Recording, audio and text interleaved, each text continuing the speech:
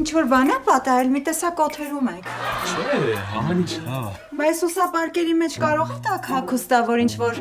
բարձր տեղ բարձրանակ շատ ցուրտ լինի, դեղից հռնեք։ Նարեն ինչ-որ բան է ասել մամա։ Հա, բալես։ Նարեն ինչ-որ բան է ասել։ Ու ես եկել եմ հետ համոզեմ։ Հետ համոզելու կարիք չկա, մամա ջան։ Ես էլ եմ ուզում կյանքից հաճույք ստանամ, ոնց որ նորմալ մարդիկ։ Բալես, ես հասկանում եմ, որ քո քույրերիդ համար շատ դժվար է, բայց մենք չենք կարա պապայի կյանքը վտանգի ենթարկենք, ինչա դե դու ուզում ես կյանքը վայելես, ոնց որ բոլոր նորմալ մարդիկ։ Մինչև ձեր ծնվելը ես էլ եմ լիքը բաներից հրաժարվել։ Կարիերայա, մոտո քշելա։ Մի րոպե տիկին ալա մոտոքսել։